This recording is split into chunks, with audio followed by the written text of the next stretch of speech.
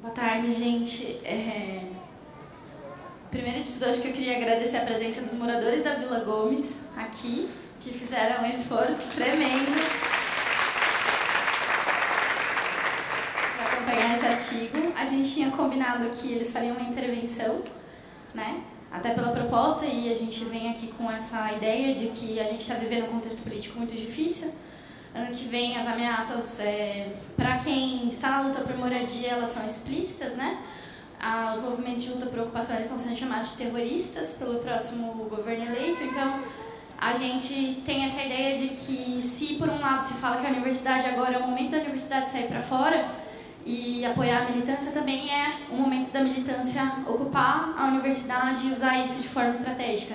Então, a gente tinha feito uma combinação de que eu abriria um momento para a intervenção dos moradores e a gente combinado isso para o final, porém existe a creche do Dimas, não é mesmo? Então eu vou chamar o Nelson para falar um pouquinho sobre o projeto Novo Rumo na Quebrada, rapidinho.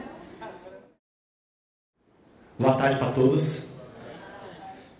Meu nome é Nelson Tobias, sou presidente e fundador do projeto cultural Novo Rumo na Quebrada, que fica aqui do lado de vocês, na Vila Gomes. E o projeto surgiu através de uma história que eu fiz, que chama O Filme na Quebrada. Passou no Brasil inteiro, passou no país inteiro, e a história é baseada na minha história de vida, de 5 jovens que conseguiram usar o cinema como meio de transformação nas periferias de São Paulo. E em 2015 teve um espaço na Vila Gomes, a qual foi desocupada por um morador que já era falecido, e através dessa morte dele, nós moradores realmente da Vila Gomes conseguimos ocupar esse espaço. Foi quando que em 2015, dia 29 de julho, o projeto Cultural Novo Rumo na Quebrada conseguiu ganhar uma casa, e através desse espaço funcionam algumas oficinas culturais como inglês, espanhol, capoeira, ritmo e poesia, e eu levo a minha história como meio de transformação para vocês também conhecer um dia o nosso projeto e fazer articulações culturais também para levar para a nossa quebrada, porque a nossa quebrada é uma quebrada carente, que está sendo camuflada pelos prédios. E muitos moradores lá reais da Vila Gomes estão passando por esse processo de novo governo. E não seria justo nós, moradores da quebrada, nascidos na quebrada, ser tirado da nossa própria quebrada num espaço que não tem dono, que nunca teve dono. E hoje eu venho aqui, através da minha parceira Kel, que hoje está lá com nós no projeto Fortalecendo, pedir esse apoio para vocês, pedir essa ajuda para vocês conhecerem o nosso espaço. Agregar junto com nós, porque eu acho que quanto mais força a gente conquistar, eu acho que mais tempo a quebrada consegue ter seus próprios espaços. Eu queria também só apresentar a minha galera lá da minha quebrada, se puder vir aqui rapidinho aqui na frente, só para vocês conhecerem e se familiarizar também, porque mesmo não estiver lá no projeto, vocês vão se deparar com eles. E quem quiser também assistir o filme, meu nome do filme é Gerson, tem no Netflix, tem no No. Passou no Brasil inteiro, mais dentro das salas, e quem patrocinou o filme, infelizmente, foi a Globo Filmes, a Spray Filmes e o Luciano Huck. Então, eu falo infelizmente porque quando eu fiz essas ideias do filme, eu estava preso, eu fiquei 5 anos preso e escrevi essas ideias dentro do sistema penitenciário. E quando eu escrevi essas ideias, fui fazer uma autobiografia da minha caminhada, de tudo que eu passei, e mandei as minhas ideias para o Instituto Criar TV e Cinema, que é uma ONG do Luciano Huck, a qual em 2006 eu tinha feito oficina de cinema. E eles gostaram da minha história e fizeram um filme da minha história, sem me avisar, não me deram recurso nenhum. E a única coisa que eu ganhei com o filme foi esse boné e essa camisa do Na Quebrada.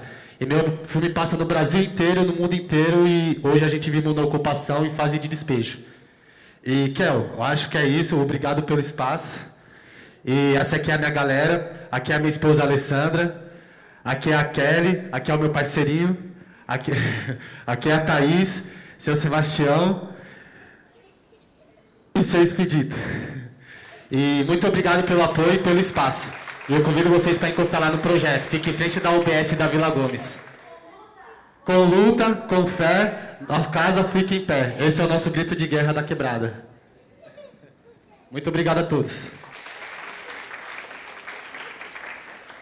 Rapidinho, só cortando o espacinho aqui, já aproveitando, é que eu sou meio entrão mesmo, assim. E agradeço o espaço de vocês aqui da faculdade, eu sei que tem várias palestras que enrolam aqui dentro do campo da USP. E quem quiser saber um pouco mais das histórias, tal, do projeto, até mesmo de como foi feito o filme, como foi todo esse processo, pode dar um salve mesmo em mim, tem minha rede no Facebook, que é de Quebrada para Quebrada, ou Nelson Tobias, ou até mesmo na Kel aqui, se vocês quiserem trocar um pouco mais de ideia. Gente, vamos lá, né? Então, assim, acho que o Nelson falou bastante coisa, de onde que vem o projeto, e eu vou falar mais ou menos a partir do momento em qual a gente se insere na Vila Gomes. Eu sou advogada popular do Centro Gaspar Garcia de Direitos Humanos, então a minha narrativa com a Vila Gomes ela começa a partir do processo judicial, e a gente que é operador do direito, né, como assim fala, a gente tem mania de olhar para as trajetórias das comunidades como se elas se iniciassem a partir do processo. Mas como vocês podem ver, a luta da Vila Gomes já estava lá quando a gente entrou lá, e eu vou falar um pouquinho do momento em que a gente se insere.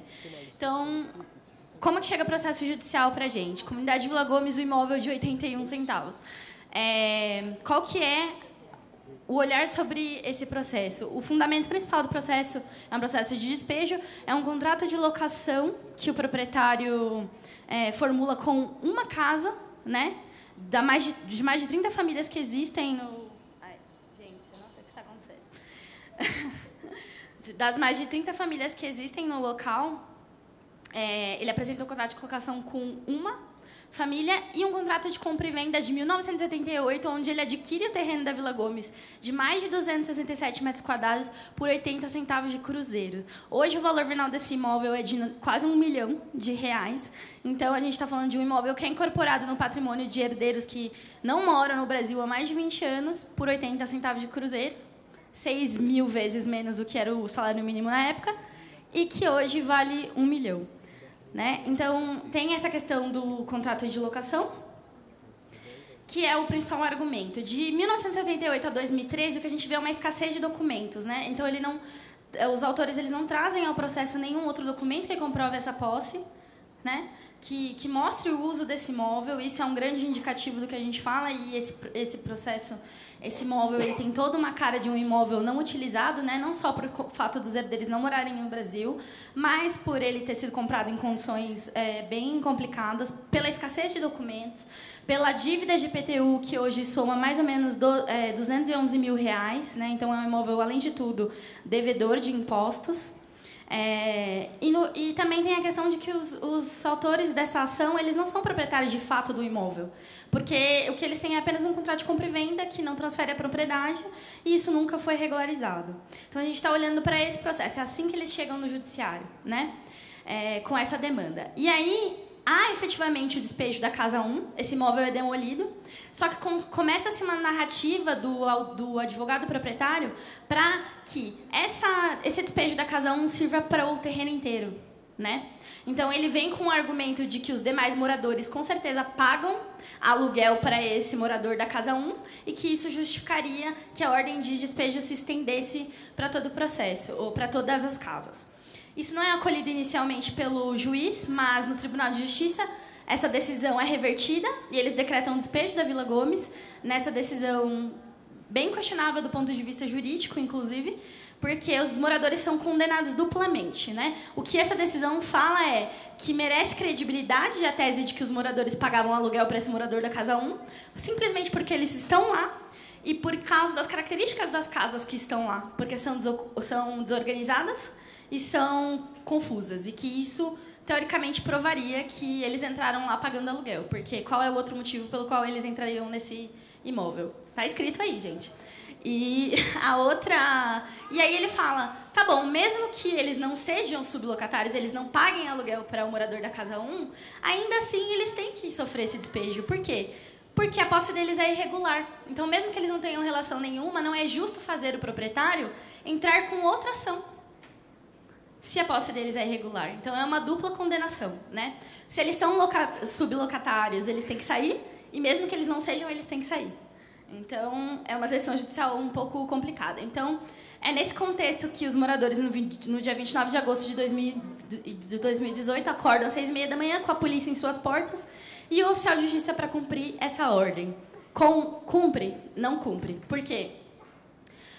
Não cumpre porque é visível, né? Ali o oficial de justiça detecta isso, que há uma dificuldade de identificar qual é a área realmente que era objeto daquele contrato, e por causa da mudança e a consolidação da posse dos moradores, que fica evidente aqui nessa foto, né? Vocês veem a fachada do imóvel antes e a fachada do imóvel depois. A gente tem prédio de 3 andares, né? Então, diante daquela situação, o oficial de justiça ele se sente inseguro para cumprir a ordem e ele devolve isso para o juiz pedindo explicações sobre qual seria a área realmente a ser cumprida. A ordem de despejo é quando os moradores correm, porque aí a ordem de despejo já está na mão do oficial de justiça, isso pode ser cumprido a qualquer momento, para buscar uma defesa jurídica, e o Centro Gaspar Garcia entra nessa história.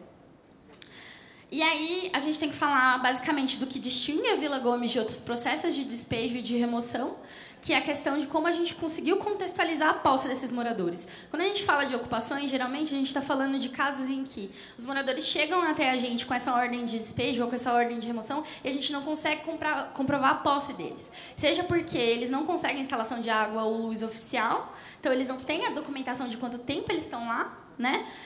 Mas o projeto ele fornece isso para a gente, né? Ele fornece essa contextualização da posse. Por quê? Tem um registro de tudo que eles fizeram e através desse registro a gente conta uma história na nossa defesa para o juiz. Como vocês podem ver aí, tem a foto do que era esse imóvel antes e do que os moradores fazem através do projeto. Ele era um galpão de lixo, né? Ele era um galpão cheio de lixo e cheio de ratos, que incomodava, inclusive, outros moradores da região, e que, a partir da instalação do projeto Novo Rumo, ele se torna um centro cultural e um centro comunitário. Então, tem essas atividades, a gente dá uma sistematizada nisso no artigo, então, a gente já viu de todos os tipos, desde educacional até culturais, cursinho popular preparatório para o Enem, as aulas de inglês e espanhol, como o Nelson mesmo falou. Eu vou, no artigo, acho que se destaca uma em específico, que eu acho que é uma que a gente vale a pena se deter, que é a quadra a oficina de futebol, né? A oficina de futebol, ela se dá numa escola, antiga escola que é fechada, e ela se torna uma unidade básica de saúde. Por que é interessante exatamente essa estratégia da oficina de futebol? Porque o que existia a partir do momento que a escola é fechada e vira uma unidade de saúde é que aquela quadra ela passa a ser um estacionamento para os carros dos funcionários, né? Então, ela perde todas as características de uma quadra, ela tem vagas ao invés de ter a quadra pintada. E o que os moradores fazem? De madrugada, eles começam a levar a estrutura da quadra de volta para onde era esse espaço, quando a UBS estava fechada. E aí eles não só colocam as traves, mas eles pintam também a quadra, e aí no outro dia a diretora da UBS acorda com uma quadra onde ela tinha um estacionamento, e aí eles começam a fazer essa disputa a partir daí, falando que as crianças necessitavam desse espaço, que era um espaço que era originalmente dessas crianças, e que isso evitaria que elas ficassem na rua e voltassem a usar essa quadra. E hoje essa quadra não só é utilizada pelas crianças, mas como a partir das 6 horas, quando a UBS fecha, os portões ficam abertos para que as crianças possam utilizar isso. E eu falei exatamente, né, mais dessa atividade em específica, porque eu acho que ela fala um pouco do que são as atividades que são promovidas no projeto, né? De forma geral, essas atividades elas têm uma projeção para fora, né? Uma projeção que busca acolher pessoas de fora da comunidade. Elas não são só para os moradores e nem são só para as crianças da comunidade. Do curso de espanhol, do curso de português, do curso o reforço de português, por exemplo, os moradores relatam que existia gente que pegava bicicleta e vinha de Cotia para ter essa aula de português. Então, são atividades que têm um impacto, né, ao redor dessa comunidade, que se abrem para um contato e uma convivência com o entorno. E também são, do ponto de vista da luta de moradia, uma questão interessante, porque as atividades, em geral, elas são orientadas pelo signo da infância e não da moradia. E isso também gera uma visibilidade e um impacto diferenciado, porque a infância é um signo valorizado na sociedade, ao contrário da moradia, que sofre certos estigmas, né? Então, a partir desse engajamento dessas atividades, o processo que, no início, o projeto que, no início, é um processo muito mais que parte de uma trajetória individual, é um acúmulo político do Nelson, né? Então, há muito isso, o relato forte dos moradores, de que no começo era mais o Nelson e pessoas de fora, então o projeto fica quase um ano assim, e com as crianças, e que é o que é a hipótese do nosso artigo, de que a partir da ordem de despejo, né, e dessa ameaça de remoção, os moradores então se engajam, né? Os moradores se engajam a partir disso de um ponto de vista pragmático, de perceber que aquele projeto ele também teria, né, além das atividades que já estavam trazendo benefícios, mas que também poderia assegurar a moradia deles ali, né? Então, por que a gente fala isso? Porque para caracterizar que esse processo de engajamento, né, ele não é um processo linear, de luta política, ele sofre diversas tensões, diferentes engajamentos dos moradores. Ainda hoje tem moradores que separam a reunião do projeto e a reunião do terreno, né? Mas que, de forma geral, a percepção é de que esse projeto ele alterou a forma como os moradores se relacionam e alterou a relação da comunidade com a vizinhança. E que, mesmo assim, ele gerou um acúmulo político, né? Mesmo com essas tensões e essas contradições, esse acúmulo político ele foi tecido numa rede, não só da comunidade, mas também como todo mundo que é acionado a partir desse projeto, né? E aí as brigadas populares, por exemplo, que entram dando um tom político dessa organização, o Gaspar Garcia na assessoria jurídica, os milhares de voluntários que hoje aderiram ao projeto e os próprios moradores. E aí eu vou terminar com algumas provocações, porque embora o artigo ele não se dedique a delinear teoricamente o que seria essa gentrificação, essa narrativa de gentrificação, mas através da fala dos moradores, isso está mais, acho que no artigo, a gente pode perceber que ele dá algumas indicações do que seriam esses processos, embora a gente não se dedique a delimitá-lo propriamente, que é o rompimento das trajetórias urbanas, né? Isso fica muito explícito. Então o Nelson mesmo fala: nascido, criado, pai, mãe, vó na Vila Gomes. Essa é a história da maioria dos moradores da Vila Gomes. Eles são daquela região. Quando eles não são daquela região, o companheiro é daquela região. E que eles, a partir do momento da expansão de suas famílias, eles não conseguem se manter naquela região, seja pelo valor do aluguel, né? Seja pela própria impossibilidade, alguns já não moravam no aluguel, moravam com as famílias, mas a impossibilidade de acomodar aquele núcleo familiar dentro da casa da família, né? Então, você vê que essa trajetória de rompimento, que é revertida pela ocupação, mas também que traz também uma qualificação dessa disputa urbana. Que disputa é essa que aparece na trajetória da Vila Gomes, que a gente pode relacionar com outros processos?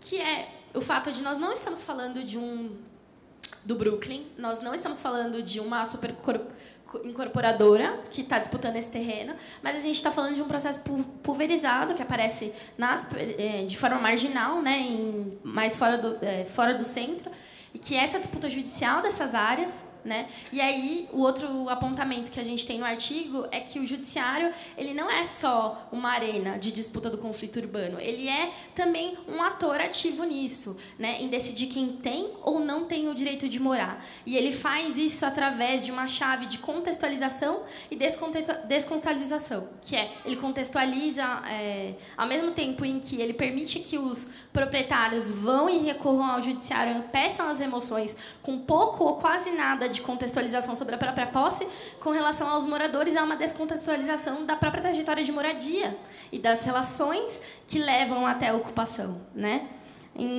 Então, o que a gente coloca, basicamente, é que esses processos judiciais, esses engajamentos comunitários, eles são não polos estanques, mas são mutuamente implicados, né? Quer dizer, aquele ativismo ele não nasce do judiciário porque ele já estava ali, mas, ao mesmo tempo, o judiciário tem uma influência na forma como esse ativismo vai se colocar, porque, a partir dele, do ponto de vista pragmático, os moradores passam também a reforçar esse ativismo.